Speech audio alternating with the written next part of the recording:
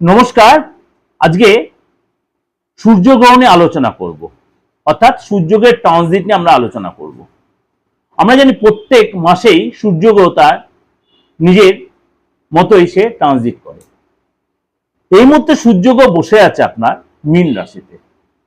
সূর্যগ্রহ transit করবে তার উচ্চ রাশি মেষ রাশিতে। কবে ট্রানজিট করবে, কখন ট্রানজিট করবে, কতদিন থাকবে, কি তার এফেক্ট হবে 12 রাশির ক্ষেত্রে, সেটা নিয়ে আমাদের আলোচনার বিষয়বস্তু। এর মধ্যেই সূর্যগ্রহ আবার ট্রানজিটও হবে আবার তার নক্ষত্র। সূর্যগ্রহ ট্রানজিট করবে নক্ষত্র, সেটা ছোট ছোট আপনাদের কাছে আমি আলোচনা করব। সূর্যগ্রহ যখন 14 এপ্রিল, সূর্যগ্রহ 14 এপ্রিল সূর্যগ্রহ ট্রানজিট করবে তার উচ্চ রাশি মেষ রাশিতে। কখন ট্রানজিট করবে? সূর্যগ্রহ ট্রানজিট করবে মঙ্গলবার সকাল 9:38। সকাল 9:38 সূর্যগ্রহ ট্রানজিট করবে মীন রাশি ছেড়ে মেষ রাশিতে। থাকবে কতদিন? 15 মে পর্যন্ত এই উচ্চ রাশি মেষ রাশিতেই অবস্থান করবে। তার জন্য কিন্তু 12 রাশির ক্ষেত্রেই তার প্রভাব বিস্তার করবে। মেষ টু মীন 12 রাশির ক্ষেত্রে তার প্রভাব বিস্তার করবে। কারোর ক্ষেত্রে ভালো হবে, কারোর ক্ষেত্রে একটু সতর্কতা, কারোর ক্ষেত্রে একটু সচেতনতা। এই হলো 12 সূর্য সিচুয়েশন। সুতরাং সূর্যগ্রহের এই যে সূর্যকে আমরা বলি সমস্ত গ্রহের রাজা সূর্য। সূর্য যদি আপনার বার্থ চার্টে স্ট্রং থাকে তাহলে কিন্তু আপনার একটা কুচপড়া মেন্টালিটি থাকবে, কনফিডেন্ট থাকবে, লোকের কাছে একটা সম্মানের জায়গা আপনার থাকবে, আপনি একটা ভালো পদ অধিকার করে বসে থাকবেন, আপনার একটা লেভেল থাকবে এবং আপনার মধ্যে একটা অহংবোধ আসবে। সেটা অরিজিনাল অহংবোধ, লোক দেখানো অহংবোধ না, থাকবে আপনার মধ্যে, কোয়ালিটি থাকবে, কনফিডেন্ট থাকবে। সুতরাং এই যে সূর্য গ্রহ আপনার মেষ রাশিতে ট্রানজিট করবে, অর্থাৎ 14 এপ্রিল থেকে আপ টু 15 মে পর্যন্ত আপনার রাশির জন্য কি প্রভাব বিস্তার করবে সেটা জানার আগে অবশ্যই আমরা একটু আলোচনা করে নিই। কেন এই আলোচনাটা করি সবসময় আপনাদের কাছে, যারা আমার অ্যাকচুয়াল হিতাকাঙ্ক্ষী ভিউয়ার্স বা হিতাকাঙ্ক্ষী ক্লায়েন্ট, তারা সবসময় বলে পার্থদা একটু আলোচনা করুন তন্ত্রটা নিয়ে। তন্ত্রটা নিয়ে কেন আলোচনা বেশি করতে চাই না, তন্ত্রটা হচ্ছে গোপন গুহ্যবিদ্যা, গুপ্তবিদ্যা। কেন আমি তন্ত্রটাকে একদম অপারেশন থিয়েটার ওটির মতো চিন্তা করি, পুরোটা লোকচক্ষু আড়ালে রাখতে চাই। কিন্তু আপনাদের মধ্যে কনফিউশন থাকে, পার্থক্যকে দেখে তো মনে হয় না তান্ত্রিক। শুনুন, দেখে কোনো প্রয়োজন হয় না। আপনার পরিচয় আপনার কাজে। কথায় বলে ফলেন পরিচয়তে, ফলেন পরিচয়তে। কাউকে দেখে যে সবকিছু বিচার হতো, তা যারা সেজেগুজে বসছেন, আমি কাউকে ছোট করছি না, ক্ষমা করবেন এই ভাষা নিয়ে, কাউকে ছোট করছি না। আর যারা না সেজে বসছেন তন্ত্রের মতো, যারা একদম লোকচক্ষুর আড়ালে রয়েছেন, তারা হচ্ছে অ্যাকচুয়াল তান্ত্রিক। আমি বলি অ্যাকচুয়াল তান্ত্রিক, অ্যাকচুয়াল তন্ত্রবিদ্যা যা সাধনা করেন, তারা কখনো এই মিডিয়া লাইনে বা লোক সম্মুখে আসবেন না। আমি জানি আসবে না, আমিও আসতে চাইনি, বা আমি কোনো আলোচনা করতে চাই না। ওই যোগ্য নিয়ে আলোচনা, যোগ্য দেখানো মিডিয়াতে একদম টোটালটাই ভুল।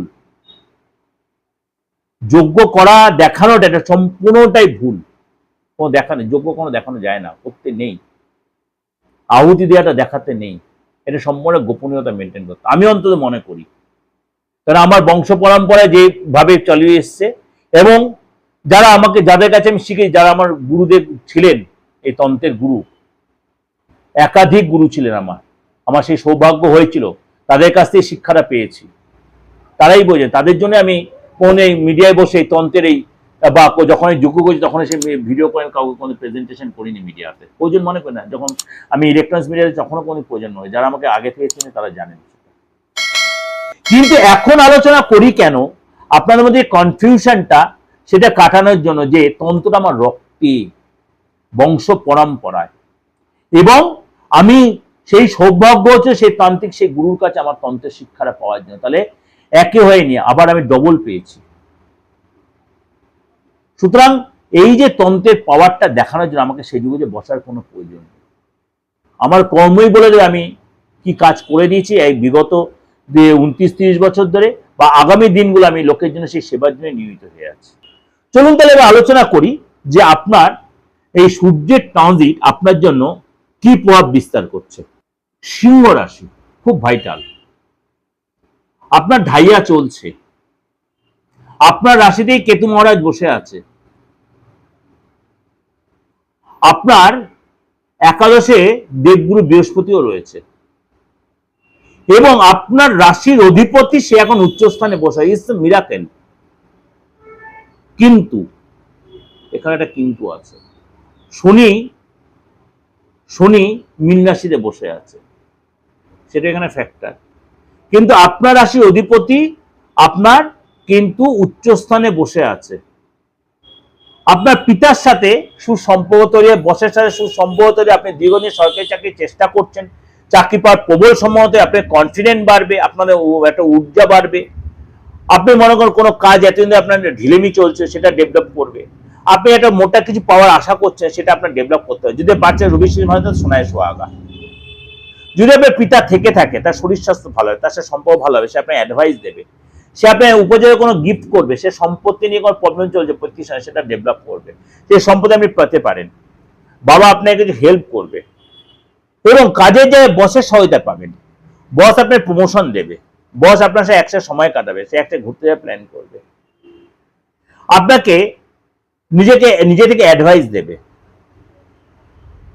আপনার গুরুত্ব বাড়বে, ফ্যামিলিতে আপনার গুরুত্ব বাড়বে, যেটা বলবে সেটা শুনবে, আপনার মধ্যে একটা অহংবোধ আছে, কিন্তু অহংকারটা আপনি ত্যাগ করতে বলবো। দীর্ঘদিন যে কাজ আপনার আটকে ছিল, কেন 9th হাউস, ফ্যামিলির সাথে কোথাও ঘুরতে গেলেন, ঘুরতে প্ল্যান করবেন, সেখানে বাবা মা সবার সাথে গুরুজনের সাথে ঘুরতে গেলেন, সময় কাটালেন, অর্থের জোগাড় আপনার হয়ে যাবে। 9th হাউসটা যে আমাদের ধর্মের ঘর, লাভের ঘর, পিতার ঘর, সেই নবম ভাবে উচ্চস্থানে রবি বসে আপনার রস, ইটস আ মিরাকেল।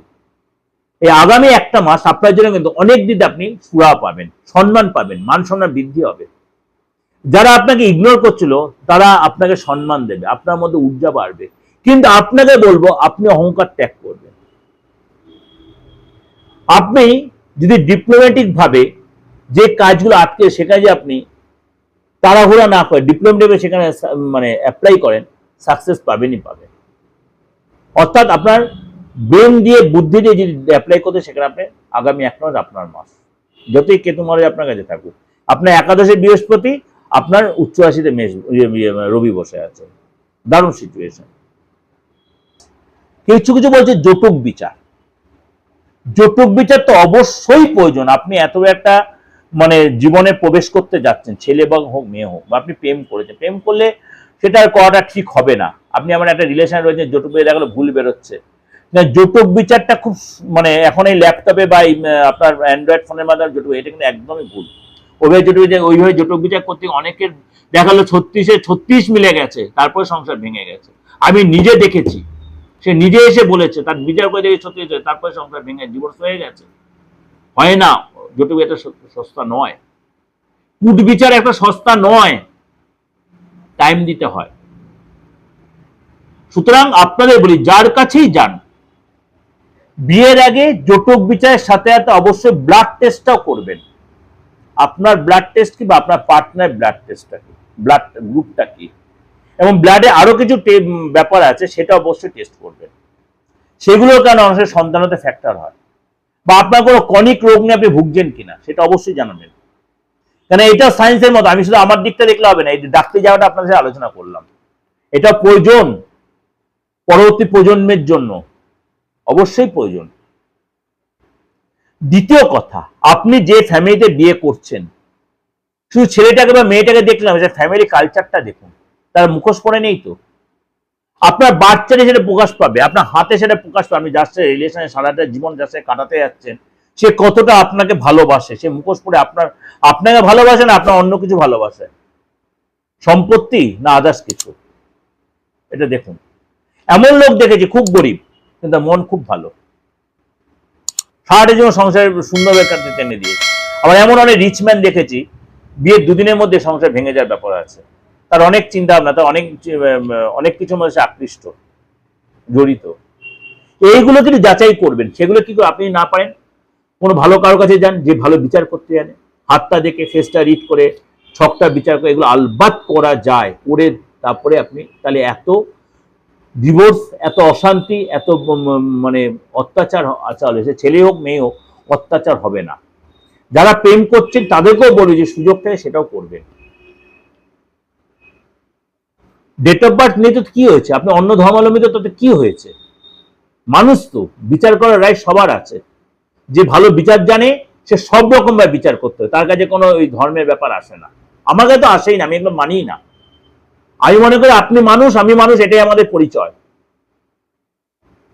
আপনি মানুষ আমি মানুষ, এটাই আমাদের পরিচয়।